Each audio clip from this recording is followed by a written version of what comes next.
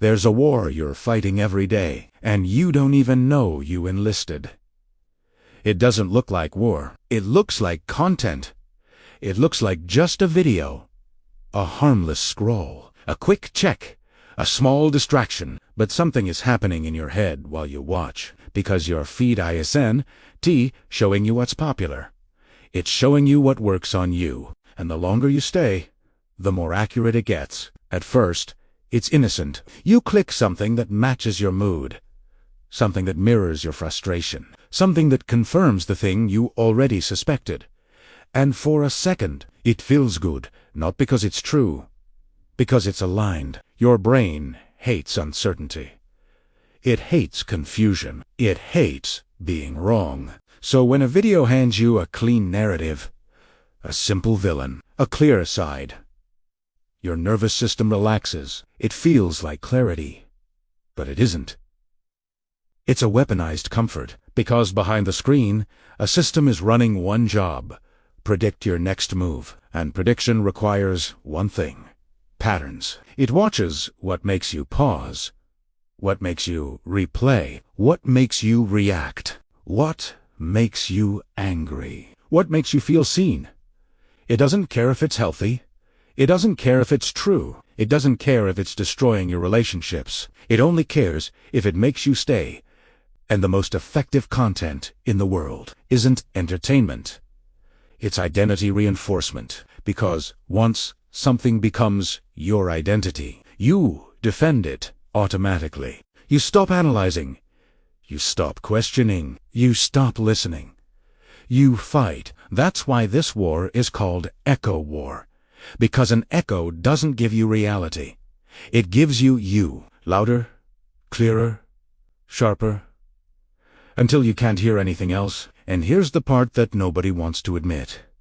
Most people don't get radicalized by hate. They get radicalized by certainty. They get addicted to being right.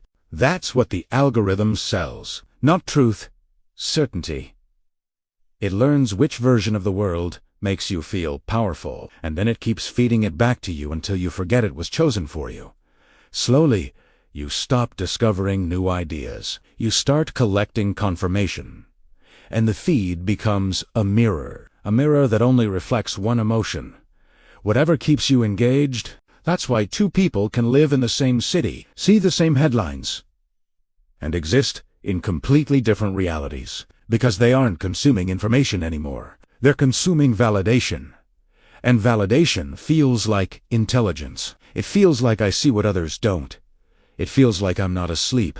But if your reality is always confirming you, if it always feeds your suspicion, if it always gives you a villain, a pattern, a secret, then you're not awake. You're optimized. This is the hidden part. The algorithm doesn't just learn your interests. It learns your weakness.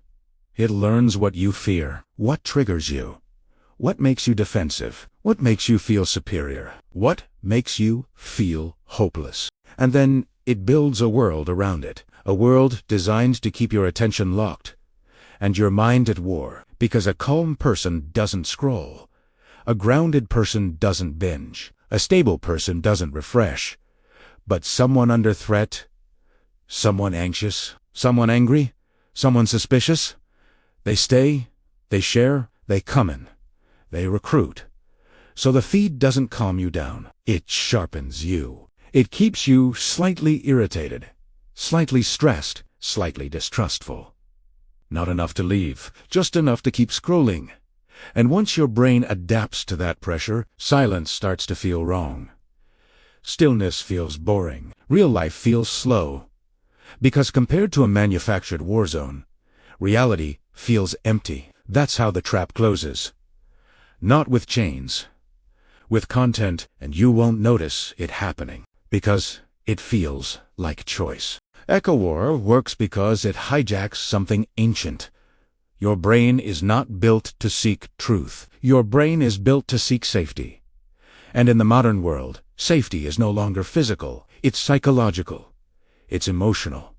It's being on the right side, being informed, being smart, not being fooled, not being the one who missed it. So when a system gives you a constant stream of signals, it makes you feel protected. But there's a cost, because when you live inside an echo, you stop being corrected, and correction is the only thing that keeps a mind honest. Without correction, your thoughts harden. You don't develop opinions. You build fortresses. That's why echo war destroys people silently. It doesn't make you dumber. It makes you certain, and certainty is more dangerous than ignorance. Ignorant people can learn. Certain people can't. Because the moment something threatens your narrative, your body reacts like it's an attack. You feel insulted, disrespected, mocked, threatened. So you don't discuss. You retaliate. This is why conversations feel impossible now. Not because people disagree, because disagreement has been reframed as violence. The echo teaches you a rule. If someone doesn't see it, they're a part of it. And once you believe that, every conversation becomes a battlefield. Friends become enemies. Family becomes dangerous. Strangers become targets. The algorithm doesn't need to silence you. It just needs to make you hostile to everyone outside your feed. Then you and here's the sick genius of it. Isolation increases dependence. When real relationships weaken, the feed becomes your main emotional supply. Your tribe, your truth, your people. So the echo becomes home, and home becomes a weapon, because once you live in that world long enough, you begin to interpret everything through it. A small event becomes proof. A coincidence becomes a pattern. A headline becomes a signal. A mistake becomes a plot. It feels like intelligence, but it's not intelligence. It's pattern addiction. Your brain becomes a conspiracy machine. Not because you're crazy, but because you've been trained to search for conflict. And conflict produces engagement, which produces content, which produces more conflict. A perfect loop. That's why the loudest voices win. Not because they're right, because they're optimized. This is echo war's true function. It turns your attention into a weapon against you. Because attention is your life, what you focus on becomes your reality. What you repeat becomes your identity. What you consume becomes your worldview. So if a system controls what you repeatedly focus on, it controls the shape of your inner world. That's not influence. That's construction. And the scariest part, you won't feel controlled. You'll feel informed. You'll feel awake. You'll feel finally validated. That's how propaganda evolves. Not through governments. Through comfort, and once echo war takes hold, your mind doesn't search for truth anymore. It searches for ammunition.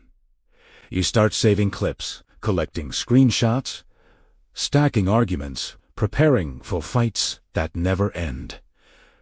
And slowly, you forget what it feels like to be neutral, to wonder, to explore, to learn. To listen, you become a soldier in a war you didn't choose, and the system will keep feeding you more targets, more anger, more certainty, because a mind at peace is unpredictable. But a mind under threat is easy to steer. So here's the real question. If your feed stopped today, would your mind calm down? Or would you feel withdrawal? Because that answer tells you everything, not about the internet. About what it does done to you. Because echo war isn't about media. It's about your attention being turned into a battlefield. And if you don't notice it, you'll keep fighting for free.